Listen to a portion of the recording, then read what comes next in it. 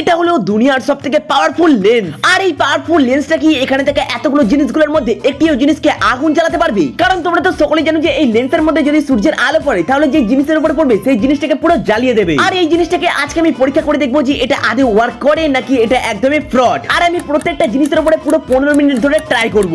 যার জন্য সর্বপ্রথম রয়েছে আমাদের এখানে লাল কাপড়, যার উপরে আমি 15 মিনিট ধরে অপেক্ষা করার পর এর মধ্যে তো কিছুই হলো না। এরপর হলো সাদা চিক, যার মধ্যে 15 মিনিট ধরে অপেক্ষা করার পর একটু পোড়া পোড়া গন্ধ বেরোচ্ছিল, কিন্তু তারপরেও এর মধ্যে কিছুই হলো না। এরপর হলো অ্যালুমিনিয়াম পেপার, যার মধ্যে 15 মিনিট থেকে 20 মিনিট আমি অপেক্ষা করার পর এর মধ্যেও কিছুই হলো না। এরপরে আমাদের কাছে রয়েছে কার্টুন পেপার, যার মধ্যে 15 মিনিট কেন 15 ঘন্টা ধরে ট্রাই করার পরেও কিছুই হলো না। এরপর আমরা ট্রাই করলাম সাদা পেপারের উপর, যার উপরে কিছুক্ষণ রাখার পর একটু লাল লাল হলো, কিন্তু তারপরে এর মধ্যে আগুন জ্বললো না।